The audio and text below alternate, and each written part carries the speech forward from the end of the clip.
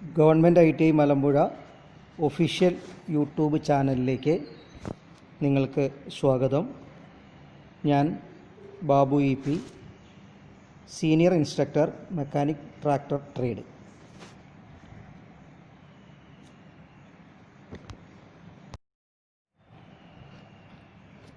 കഴിഞ്ഞ ക്ലാസ്സിൽ നാം പഠിച്ചത് ഗിയർ ബോക്സ് അല്ലെങ്കിൽ ട്രാൻസ്മിഷൻ എന്നതിനെക്കുറിച്ചാണ്. അതിൽ എന്താണ് ഗിയർ ബോക്സ്, അതിൻ്റെ ആവശ്യകത എന്താണ്, അതിൻ്റെ ഫങ്ഷൻ എന്താണ് എന്നതിനെക്കുറിച്ചും പറഞ്ഞിരുന്നു. മാത്രമല്ല gear ratio or speed ratio എന്നാൽ എന്ത്, എങ്ങനെയാണ് അത് കണ്ടുപിടിക്കുക എന്നും, ഓട്ടോമൊബൈൽ ഗിയർ ബോക്സും ട്രാക്ടർ ഗിയർ ബോക്സും തമ്മിലുള്ള വ്യത്യാസം എന്താണെന്നും അന്ന് പഠിച്ചിരുന്നു. ആ ക്ലാസ്സിൻ്റെ അവസാനമായി നാം പഠിച്ചത് ടൈപ്സ് ഓഫ് ഗിയർ ബോക്സ് എന്ന ഭാഗമായിരുന്നു. അതിൽ ഇപ്രകാരമാണ് നാം കണ്ടത്. സാധാരണയായി ഗിയർ ബോക്സിനെ 3 തരം തിരിക്കുന്നു: selective type, progressive type and epicyclic or planetary എന്നിങ്ങനെ. അതിൽ സെലക്റ്റീവ് ടൈപ്പ് ഗിയർ ബോക്സുകളെ വീണ്ടും 3 തിരിക്കുന്നുണ്ട്: sliding mesh, constant mesh and synchromesh gear box എന്നിങ്ങനെയാണ്.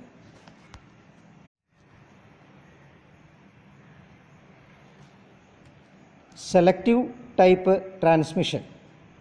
ഈ ഗിയർ ബോക്സുകളിൽ എല്ലാ ഗിയറുകളും ഡ്രൈവർ സെലക്ട് ചെയ്യുന്നത് ന്യൂട്രൽ പൊസിഷനിൽ നിന്നാണ്.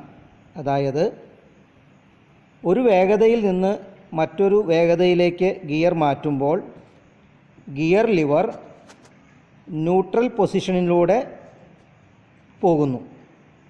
പ്രധാനപ്പെട്ട സെലക്റ്റീവ് ടൈപ്പ് ട്രാൻസ്മിഷനുകളാണ് sliding mesh, constant mesh, synchromesh എന്നിവ. എന്താണ് ഇവയുടെ പ്രത്യേകത എന്ന് ആദ്യമേ നോക്കാം. Constant mesh gear box. ഇത്തരം ഗിയർ ബോക്സുകളിൽ മെയിൻ ഷാഫ്റ്റ് ഗിയറുകളെല്ലാം ലേ ഷാഫ്റ്റ് ഗിയറുകളുമായി എല്ലായ്പ്പോഴും മെഷ് ചെയ്തിരിക്കും. Splined ഷാഫ്റ്റിലുള്ള sliding dog ക്ലച്ചുകളെ selector mechanism ഉപയോഗിച്ച് ചലിപ്പിച്ചാണ് മെയിൻ ഷാഫ്റ്റ് ഗിയറുകളെ മെയിൻ ഷാഫ്റ്റുമായി ലോക്ക് ചെയ്യുന്നത്. എന്താണ് സ്ലൈഡിംഗ് മെഷ് എന്ന് നോക്കാം. ഇത്തരം ഗിയർ ബോക്സുകളിൽ മെയിൻ ഷാഫ്റ്റിലെ ഗിയറുകളെ സെലക്ടർ മെക്കാനിസം ഉപയോഗിച്ച് ഷാഫ്റ്റിൻ്റെ പുറത്തുള്ള സ്പ്ലൈൻസിലൂടെ ചലിപ്പിച്ചാണ് ഗിയർ മാറ്റുന്നത്. അതുകൊണ്ട് തന്നെ എന്ന് വച്ചാൽ ഗിയറുകൾ തമ്മിൽ മെഷ് ചെയ്യുന്നത് സ്പ്ലൈൻസിലൂടെ സ്ലൈഡ് ആയതിനാൽ ഇത്തരം ഗിയർ ബോക്സുകളെ സ്ലൈഡിംഗ് മെഷ് ഗിയർ ബോക്സ് എന്ന് പറയുന്നു. എന്നാൽ സിങ്ക്രോമെഷ് ഗിയർ ബോക്സുകൾ കോൺസ്റ്റൻറ്റ് മെഷ് ഗിയർ ബോക്സിനോട് സാമ്യം പുലർത്തുന്നു എങ്കിലും സിങ്ക്രോമെഷ് ഗിയർ ബോക്സുകളിൽ സ്ലൈഡിംഗ് ഡോഗ് ക്ലച്ചിനു പകരം സിങ്ക്രണൈസിംഗ് യൂണിറ്റ് ഉപയോഗിക്കുന്നു. എൻഗേജ് ചെയ്യപ്പെടേണ്ട ഭാഗങ്ങളുടെ ഘർഷണ പ്രതലങ്ങൾ ആദ്യം സാമ്യത്തിൽ വരുന്നതിനാൽ അവയുടെ വേഗത സന്തുലനം ചെയ്യപ്പെടുന്നു. തത്ഫലമായി ഡബിൾ ഡി ക്ലച്ചിങ് സിങ്ക്രോമെഷ് ഡിവൈസ് ഉപയോഗിക്കുമ്പോൾ ആവശ്യമായി വരുന്നില്ല. സ്ലൈഡിംഗ് മെഷ് ഗിയർ ബോക്സ് എന്താണെന്ന് നോക്കാം.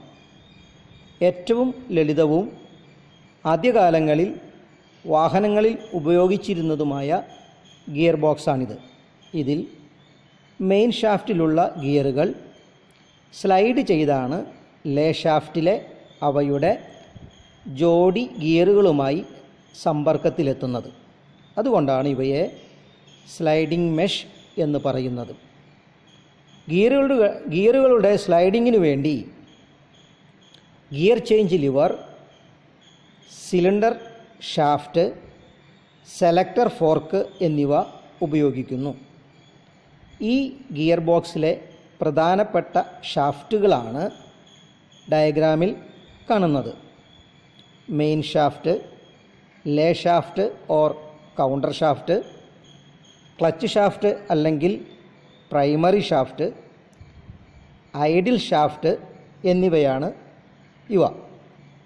സ്ക്രീനിൽ കാണുന്ന സ്ലൈഡിംഗ് മെഷ് ഗിയർ ബോക്സിൻ്റെ ചിത്രം നോക്കി നിങ്ങൾക്ക് ഇവ കാണാവുന്നതാണ്. Working of sliding mesh gear box. Sliding mesh gear ബോക്സിൻ്റെ പ്രവർത്തനം എങ്ങനെയാണെന്ന് നോക്കാം. നിശ്ചലാവസ്ഥയിൽ നിന്നും ഒരു വാഹനം ചലിക്കണമെങ്കിൽ എൻജിൻ പ്രവർത്തിപ്പിച്ച് ക്ലച്ച് ഡിസെൻഗേജ് ചെയ്ത് ഗിയർ ബോക്സിലെ ഫസ്റ്റ് ഗിയർ ചലിപ്പിച്ചാണ് വാഹനം സഞ്ചരിച്ചു തുടങ്ങുന്നത്. വാഹനം സഞ്ചരിച്ചു തുടങ്ങിയാൽ ആവശ്യാനുസരണം ഗിയർ ചേഞ്ച് ചെയ്ത് സഞ്ചരിക്കാവുന്നതാണ്.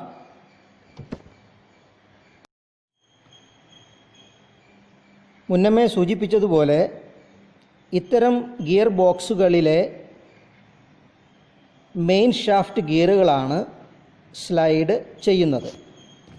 ലേ ഷാഫ്റ്റിൽ അല്ലെങ്കിൽ കൗണ്ടർ ഷാഫ്റ്റ് ഗിയറുകൾ ഒരുമിച്ചുള്ള നിർമ്മാണമായതിനാൽ ക്ലച്ച് ഷാഫ്റ്റ് ഗിയർ തിരിയുമ്പോൾ എല്ലാം ഒരേ വേഗതയിൽ ഈ ഗിയറുകളെല്ലാം കറങ്ങുന്നു.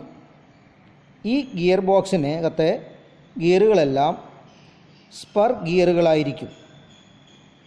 ഒരു 3 സ്പീഡ് സ്ലൈഡിംഗ് മെഷ് ഗിയർ ബോക്സിൻ്റെ ചിത്രമാണ് നിങ്ങൾ സ്ക്രീനിൽ കാണുന്നത്.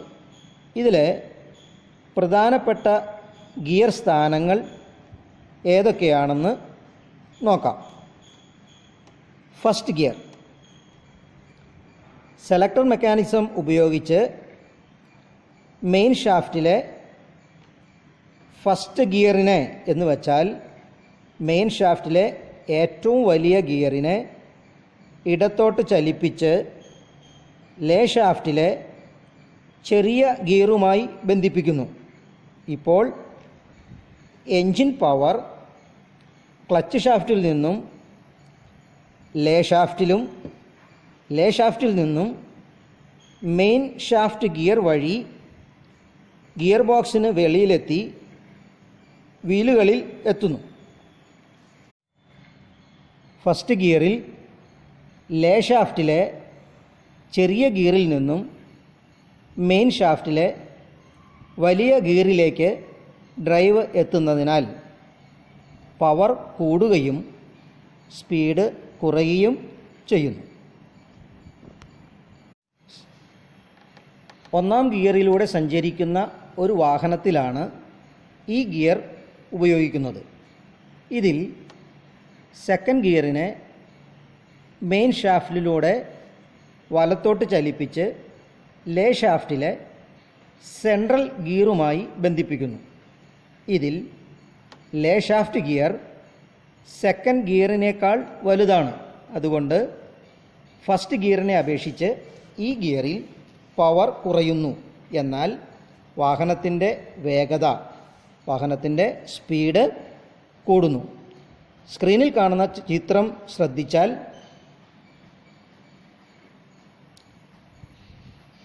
സെക്കൻഡ് ഗിയറിൽ ഡ്രൈവ് ട്രാൻസ്മിഷൻ എങ്ങനെയാണെന്ന് മനസ്സിലാകാവുന്നതാണ്.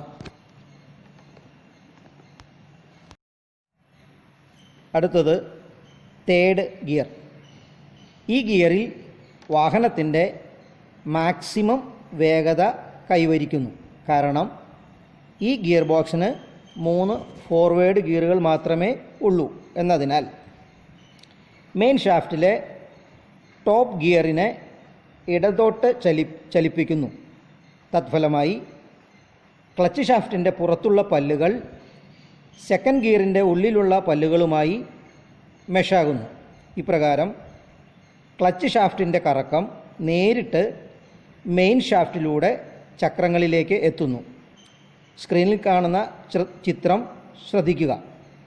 ഈ ഗിയറിൽ ലേ ഷാഫ്റ്റിൽ നിന്നും മെയിൻ ഷാഫ്റ്റ് ഡ്രൈവ് സ്വീകരിക്കുന്നില്ല.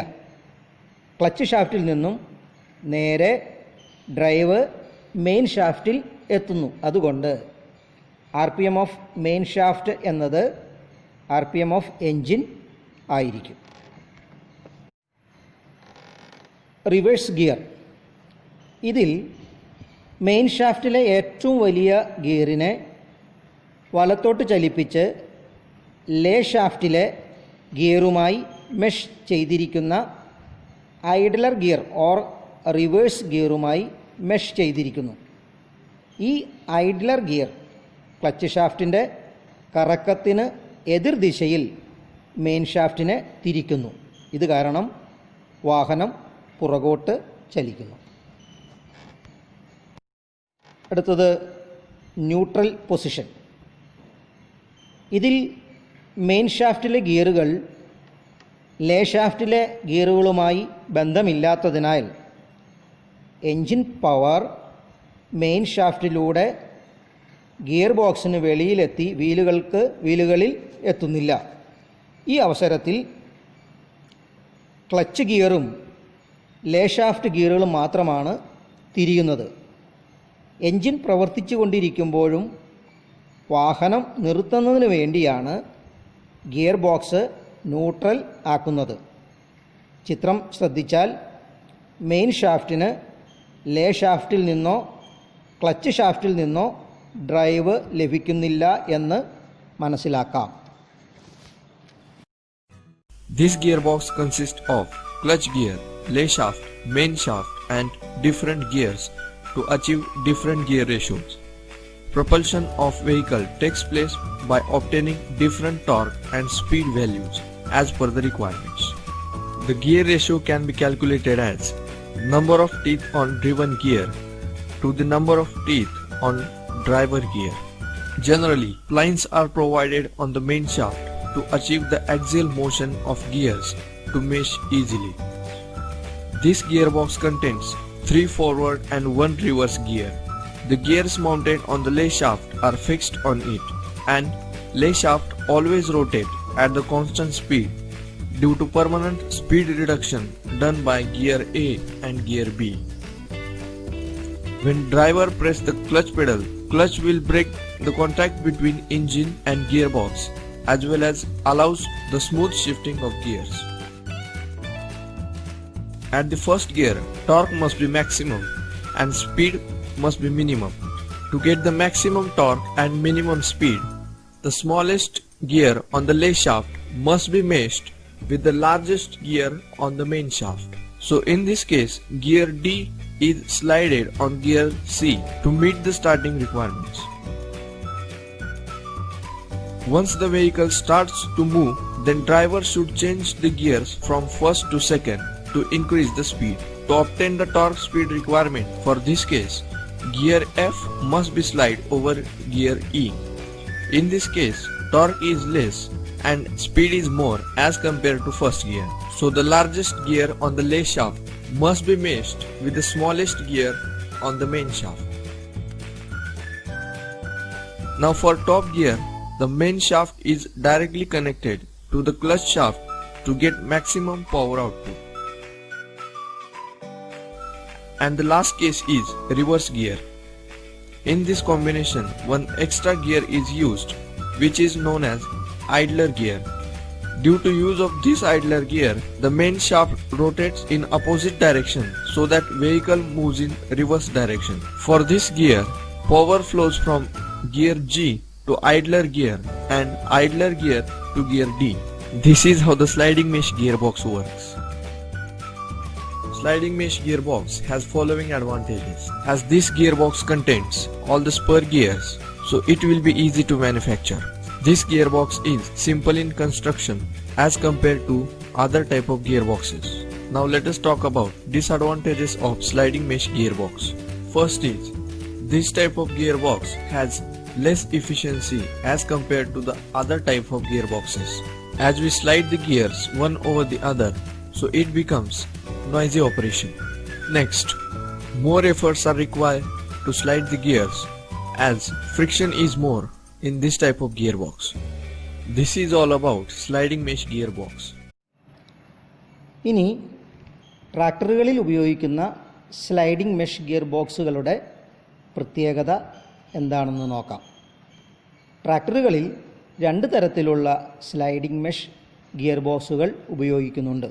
ഒന്ന് input and output shaft parallel എന്നതും മറ്റൊന്ന് input and output shaft inline എന്നിവയുമാണ് അവ.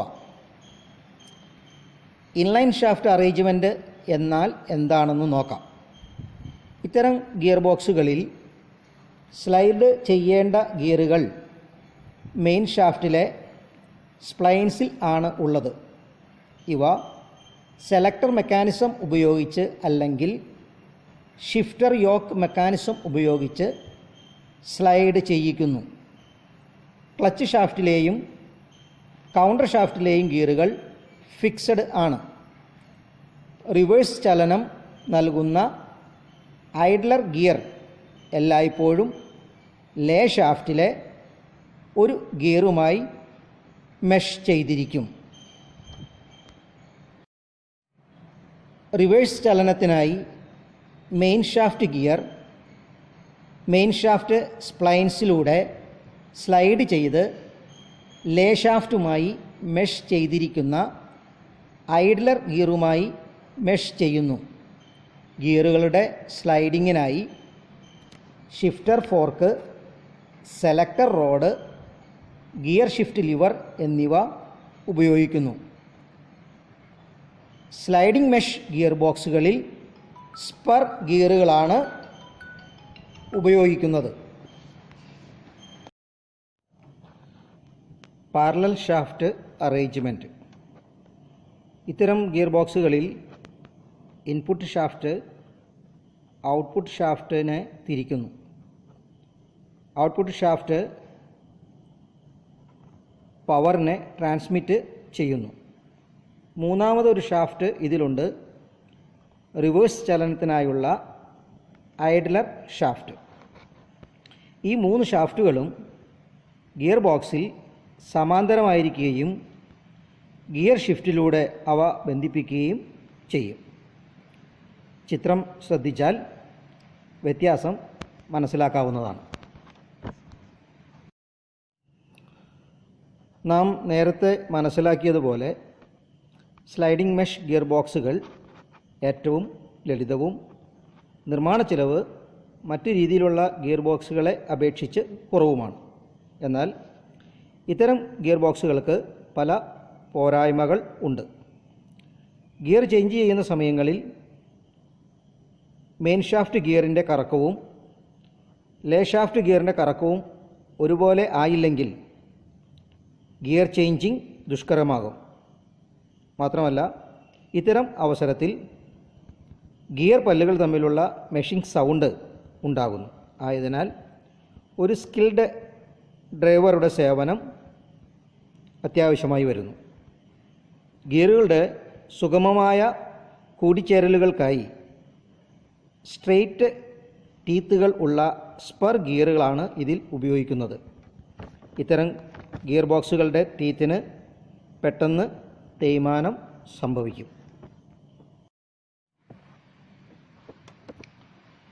Constant mesh gear box. ഈ ടൈപ്പ് ഗിയർ ബോക്സുകളിൽ മെയിൻ ഷാഫ്റ്റ് ഗിയറുകളെല്ലാം ലേ ഷാഫ്റ്റ് ഗിയറുകളുമായി എല്ലായ്പ്പോഴും മെഷ് ചെയ്തിരിക്കും. അതുകൊണ്ട് തന്നെ എല്ലാ ഗിയറുകളും ഹെലിക്കൽ ഗിയറുകളും ആയിരിക്കും. ക്ലച്ച് ഗിയർ ക്ലച്ച് ഷാഫ്റ്റിനോട് ചേർത്താണ് നിർമ്മിക്കുന്നത്. ലേ ഷാഫ്റ്റ് ഗിയറുകളെല്ലാം ഒരുമിച്ചുള്ള നിർമ്മാണമായതിനാൽ എല്ലായ്പ്പോഴും ഒരേ വേഗതയിൽ തിരിയുന്നു. Splined ഷാഫ്റ്റിലുള്ള sliding dog ക്ലച്ചുകളെ selector mechanism ഉപയോഗിച്ച് ചലിപ്പിച്ചാണ് മെയിൻ ഷാഫ്റ്റ് ഗിയറുകളെ മെയിൻ ഷാഫ്റ്റുമായി ലോക്ക് ചെയ്യുന്നത്. 3 ഫോർവേഡ് സ്പീഡും ഒരു റിവേഴ്സ് സ്പീഡും ഉള്ള ഒരു കോൺസ്റ്റൻറ്റ് മെഷ് ഗിയർ ബോക്സിൻ്റെ ചിത്രമാണ് സ്ക്രീനിൽ കാണുന്നത്. ഇതിലെ പ്രധാന ഗിയർ സ്ഥാനങ്ങൾ അവയെക്കുറിച്ച് നമുക്കൊന്ന് നോക്കാം. ഒന്ന്, ന്യൂട്രൽ. ചിത്രത്തിൽ കാണിച്ചിരിക്കുന്ന അവസ്ഥയാണിത്. മെയിൻ ഷാഫ്റ്റ് ഗിയറുകൾ ഷാഫ്റ്റുമായി യാതൊരു ബന്ധവും ഇല്ലാത്തതിനാൽ എൻജിൻ പവർ ക്ലച്ച് ഷാഫ്റ്റ് ഗിയറിലൂടെ ലേ ഷാഫ്റ്റ് ഗിയറുകൾ വഴി മെയിൻ ഷാഫ്റ്റ് ഗിയറുകൾ വരെ എത്തുന്നു. മെയിൻ ഷാഫ്റ്റ് കറങ്ങാത്തതിനാൽ പവർ വീലുകളിൽ എത്തുന്നില്ല. ഫസ്റ്റ് ഗിയർ പൊസിഷൻ എന്താണെന്ന് നോക്കാം. വലതുവശത്തെ ഡോഗ് ക്ലച്ചിനെ ഇടത്തോട്ട് ചലിപ്പിച്ച് ലോ ഗിയർ ഡോഗ് ടീത്തുമായി ബന്ധിപ്പിക്കുമ്പോൾ എൻജിൻ പവർ ഫസ്റ്റ് ഗിയർ വേഗതയിൽ മെയിൻ ഷാഫ്റ്റിലൂടെ വീലുകളിൽ എത്തുന്നു. സെക്കൻഡ് ഗിയർ എന്താണെന്ന് നോക്കാം. ഇടതുവശത്തെ ഡോഗ് ക്ലച്ചിനെ വലതുവശത്തേക്ക് ചലിപ്പിച്ച് സെക്കൻഡ് ഗിയർ ഡോഗ് ടീത്തുമായി ബന്ധിപ്പിക്കുന്നു.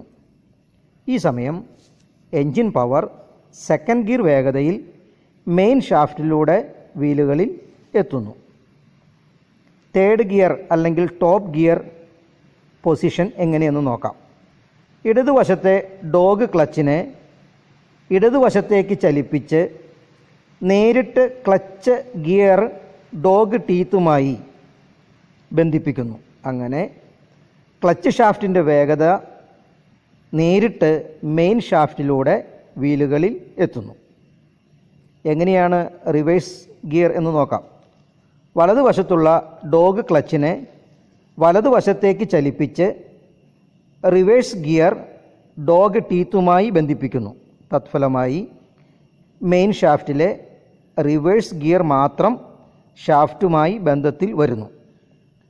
റിവേഴ്സ് ഗിയറിനും ലേ ഷാഫ്റ്റിനും ഇടയ്ക്ക് ഐഡലർ ഗിയർ അഥവാ റിവേഴ്സ് ഗിയർ ഉള്ളതിനാൽ ക്ലച്ച് ഷാഫ്റ്റിൻ്റെ കറക്കത്തിനെതിരായി മെയിൻ ഷാഫ്റ്റ് തിരിയുകയും വാഹനം പുറകോട്ട് ചലിക്കുകയും ചെയ്യുന്നു.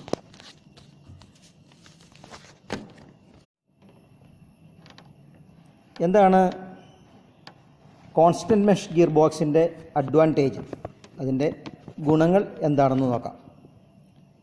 സ്ലൈഡിംഗ് മെഷ് ഗിയർ ബോക്സിലെ സ്പർ ഗിയറിനു പകരം കോൺസ്റ്റൻറ്റ് മെഷ് ഗിയർ ബോക്സുകളിൽ ഹെലിക്കൽ ഗിയറുകൾ ഉപയോഗിക്കുന്നതിനാൽ പ്രവർത്തനം ശബ്ദരഹിതവും സുഗമവും ആയിരിക്കും. മാത്രമല്ല ഗിയർ പല്ലുകളുടെ തേയ്മാനം കുറവായിരിക്കും. ഇതാണ് കോൺസ്റ്റൻറ്റ് മെഷ് ഗിയർ ബോക്സിൻ്റെ അഡ്വാൻറ്റേജായി പറയുന്നത്. അപ്പോൾ ഇന്നത്തെ ക്ലാസ്സിൽ നാം സെലക്റ്റീവ് ടൈപ്പ് ട്രാൻസ്മിഷനെ കുറിച്ചാണ് പഠിച്ചത്. സെലക്റ്റീവ് ടൈപ്പ് ട്രാൻസ്മിഷനുകളെ മൂന്നായി തിരിക്കുന്നുണ്ട്: sliding mesh, constant mesh, synchromesh. അതിൽ സ്ലൈഡിംഗ് മെഷ് ഗിയർ ബോക്സുകളെ കുറിച്ചാണ് നാം ആദ്യം പഠിച്ചത്. സ്ലൈഡിംഗ് മെഷ് ഗിയർ ബോക്സുകൾ അവ ഓരോ ഗിയറിൻ്റെയും പ്രവർത്തനം എങ്ങനെയാണ്, ട്രാക്ടറുകളിൽ എങ്ങനെയാണ് സ്ലൈഡിംഗ് മെഷ് പ്രവർത്തിക്കുന്നത് എന്നാണ് നാം പഠിച്ചത്.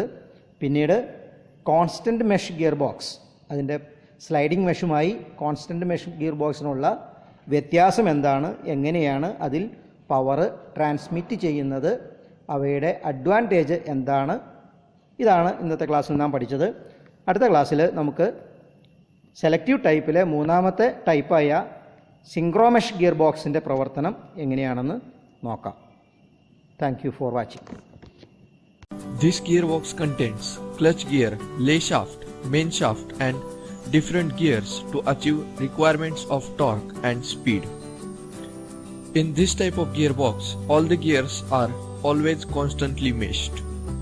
Now the prime question is that if all the gears are engaged at a time, then how the power flows? And here is the solution.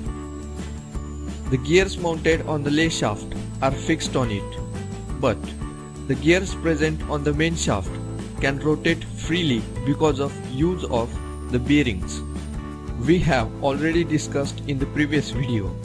In sliding mesh gearbox, one gear is slided over the other gear. But here is one important point to remember, that in constant mesh gearbox, the dog clutches can be slided to achieve the power flow. The axial motion of dog clutches can be achieved by providing the splines on the main shaft so that dog clutches can easily connect and disconnect with the gears through which power to be transmitted. Now let us see how the different gears can be achieved. To get the maximum torque and minimum speed, the smallest gear on lay shaft must pass the power to the largest gear on the main shaft. So, if I slide dog clutch D2 towards left side, then it will connect with the gear E and power flows through gear A, B, lay shaft, gear F, E, dog clutch D2 to the main shaft. At the second gear, torque speed requirement changes. So meet the requirements, power must be transmitted through gear C to gear D. But this can only possible if we shift the dog clutch D1 towards right side.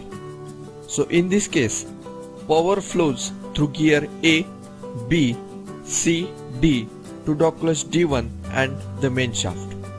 At the top speed, power flows directly through gear A, dog clutch D1 and the main shaft, provided that dog clutch D1 must be slid towards left side.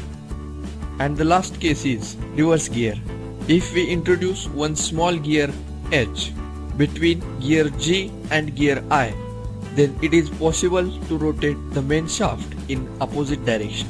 But the condition is dog clutch D2 must be slided towards right side and power flows through gear A, B, lay shaft, gear G, H, I, D2 and the main shaft. Okay, let us finish this video by taking quick recap of constant mesh gearbox. Gears on the main shaft are not fixed on it. They are free to rotate, but gears on the lay shaft are fixed. Sliding of dog clutch D2 towards left side gives first gear and towards right side gives reverse gear. Similarly, sliding of dog clutch D1 towards left side gives top gear and towards right side second gear.